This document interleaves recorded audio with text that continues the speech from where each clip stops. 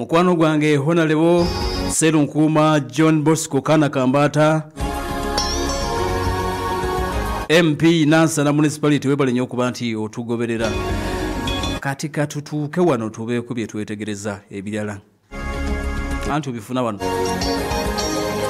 waliwo move tutegedde enswere galese waliwo move funa kali chuleeta gwe obale bulungi byengendo okubuulira na gavumenti sente zintawanyamuko okubala kati gwe kwebalira funa kali chuleeta ofune wowandiika kale ogategate oyawuze otole ofune answer kubyengendo okubuulira enswera getuleetedde galimuko ka mathematics. Now tutegedde nti mukulembeze eggwanga lino n'abalala ababedde bakulembera nabo eggwanga abalala omanyi talikulembera yekka kati nti waliwo enteekateeka ekuleba gavumenti ekulembera kuno eya General Tibu Haburwa Yoweri Kaguta okulaba nga bongera ku nsimbi increasing funding for political parties with MPs. Government eteekateeka okwongera kasente keewe ebibiina by'obufuzi byonna mu ggwanga ebiyina ababaka ba parliament mu parliament. Era nti move eno oba kino ekiri mu kubalibwa proposal ekiri ku mmeeza kino kyenkubuulidde okwongera kasente eri ebibiina byonna ebirina ababaka ba parliament nti ba aiming to reduce foreign interference in Uganda's politics okulaba nga bakomya ekyabazungu oba ekyabantu abali ebweru w'eggwanga okweyingiza mu byobufuzi byaffe nga baleeta mu ssente mu political parties za wano. Kati gavumenti egamba nti kyetugenda okukola okwewala abazungu abaleeta ssente wano naddala nga bazuwa aba opposition ffeffe nnyini katuwongere ku ssente ebibiina bagenda byongera ssente. Eno proposal kikyali mu pipeline but bagamba nti buli kimu nga kitambudde bulungi 2026 ebibiina bagenda byongera ssente ebyo ebikiikirwa mu palamenti y'eggwanga. Ataddeko PAL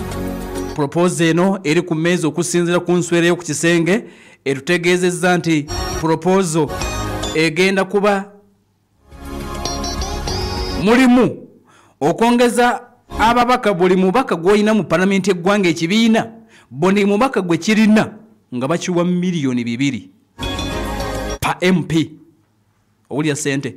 buli kibiina zino za mwaka buli kibiina nga babala olina ba MP bameka NUP nti nyina 57 kati nga bakwatira obukadde 2 times 57 kyovola bana bagamente mufune kali kirweta mubale kati mbabiddeko political parties nga tugenda mu 2026 okulonda making sure nti ofuna ababaka abawerako kubanga gyogenda gyonaakomya okuba n'ababaka abatono akasente kajja kuba katono onaabanga bannaffe bali abalina omubaka omu bajja funa kibiina kyo ekyo beekiro omubaka omu bajja funa obukadde 2 kakati mbagambye nti bw'oba wa NUP mu propose enejja kiba proposing bw'onaaba wa NUP olina abaka 57 times 200 miliyoni 200 ng'ekibiina bakikwa mukwatira awo temuddayo mu bazungu mulidde NUP temuddayo tetuddamu balaba mu America tetuddamu balaba e Bungereza temuddamu kugenda e Budaaki mukitegedde mukozesa ezo. Buli kibiina nga kiweebwa obukadde 2 emabega zibadde 10 zibadde nga 10 nga buli kibiina kifuna obukadde 10 ku buli mubaka gwe kirina mu bibaddewo gavumenti ng'efaninga political parties. Kati move eno egamba nti 2026 okulonda nga kuwedde buli kibiina kinaaba kifuna obukadde 2 ku buli mwaka. Bagamba nti kino kiri part of a broader effort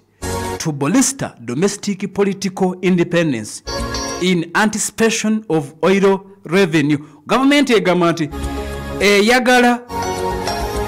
ebibiina ebyobufuzi bye tulina wano bifuuka independent todda mugenda Bungereza tujja kuwa ssente era nti gavumenti ebalidde ku mafuta getwazuula gavumenti egamba nti gana amafuta getulina ebunyolo getukyayongera okuzuula getuli mu kusimira omudumu lwaki ssente ezo tugenda kuzongerako ebibiina tubiwe ssente kibenga tekirina nsonga ebatwala bweru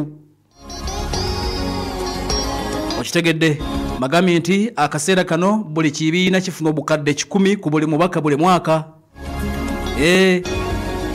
buli kibiina ekiri represented kifuna obukadde 10 buli mwaka era bw'ogatta ssente zino ezifunibwa political parties zonna buli mwaka zibadde ziri eyo mu billions nga 44 mu obukadde 9 political parties nga zifuna billions 44 mu obukadde 9 kati goyinza okuba bodde gomanyi lwaki ebibiina birwana nnyo okufuna lwaki abantu balwana nnyo okuteekawo political parties nti ne bw'obeera toyingidde entebe ya bukulembeze bwa ggwanga osobola okufuna akasente kabeerawo gwe kasita olwana n'ofunayo ababaka nga baabo ng'okungula ng'otandika kulya ssente kati ekibiina ekirina ababaka 10 kitegeeza nti kinaaba kisobola okufunayo waakiri obuwumbi 2 buli mwaka bw'oba oyina ababaka 57 magambye nti funa kaliculeta kubisa emirundi 57 times 2 olabe ssente NUP zeenabeeyina kati singa NUP efuna ababaka 10 mu kulonda okuddako bajja gikwatira obukadde 2 times 10 efune ssente kakati kitegeeza nti ensimbi zino bagambye nti zibadde ku billions 44 mu obukadde 9 we twogera singa bazongeza kitegeeza nti zigenda kuba ziwera billions 9 gavumenti nga zeebwa political parties okusinziira ku nswera getubulidde naye bagambye nti gavumenti ebalidde nnyo ku mafuta egamba katukozesa amafuta gano tugobe abantu abava ebweru ne bajja ne bafaninga ebibiina byaffe eby'ebyobufuzi naye ateera waliwo abatidde nga bagamba nti move eno eyinza okuba nga ereeteddwa okulabika nti egasa ekibiina kimu bwe kiti ekiri mu buyinza ekya National Resistance Movement nti kubanga be balina ababaka abangi bwe babeera nga balina nga 135 tayimuze obukadde 10 nga 2 ezo ziba ssente nnyingi nnyo NRM zebeegenda okwongera okulabika nti boolyawo efuna abalala bagamba nti gavumenti singa enaatandika okwongera oba singa enaayongera kubanga already gavumenti efulumya ssente ne zigenda eri political parties singa bagenda maaso n'okuba nti bongera ku ssente zibawa ebibiina bajja kubifuga anti bulijjako alina ssente yafuga akuwa yaba mukamaawo waliwo abatidde nga bagamba otuwa ssente naye nga nti nteekateeka era nga nti omukulembeze eggwanga General Yoweri Kaguta Museveni akyagala nnyo kigende maaso n'okulabika nti kituukirizibwa nti muzeeyi Yoweri Kaguta Museveni kyasinga okuba nti teyeetaaga bazungu kuteeka ssente mu political parties kakati nti enteekateeka ze ziri nti ekigendererwa kye kiri nti to limit external financial influence abantu ne bateeka ssente mu bibiina ebyobufuzi ne bijja nga bikolera bo nga bw'aludde ng'agenda maaso n'okuba nti akyogera General Yoweri Kaguta Museveni enfunda eziwera abadde agenda maaso n'okuba nti akyogera ntakera nti waliwo abafandinga activities eziwerako ku ludda oluvuganya gavumenti mu kaseera kano kati bagambye nti billions 44 zibadde zigabanibwa zijja kuwera 9 singa kinaaba kiyiseemu ate nga kiri most likely okuyitamu kubanga omukulu yennyini Kabwejungira yakiri wakati ku billions 44 already ezibaddewo NRM ebadde etwalako billions 3.4 kubanga bayina numbers mu parliament NUP negabana obusigadde n'ekibiina kya DP kusa ekibiina kya FDC waliwo ekibiina kya UPC Jema kusa ekibiina kya PPP abo buli omu alinayo omubaka omu Jema ne PPP akati ekiriwo enswera tugambe nti General Museveni akooye abazungu okujjanga kuno ne bateeka ssente mu NUP ne bateeka ssente mu FDC ne bateeka ssente oba ne mu bibiina ebirala agamba katubongeza ssente ate tugenda kusima amafuta bwe tumala obongeza ssente beetengerere nga tulina nsonga ekutwala bweru wa ggwanga kunona ssente z'abasajja byebyo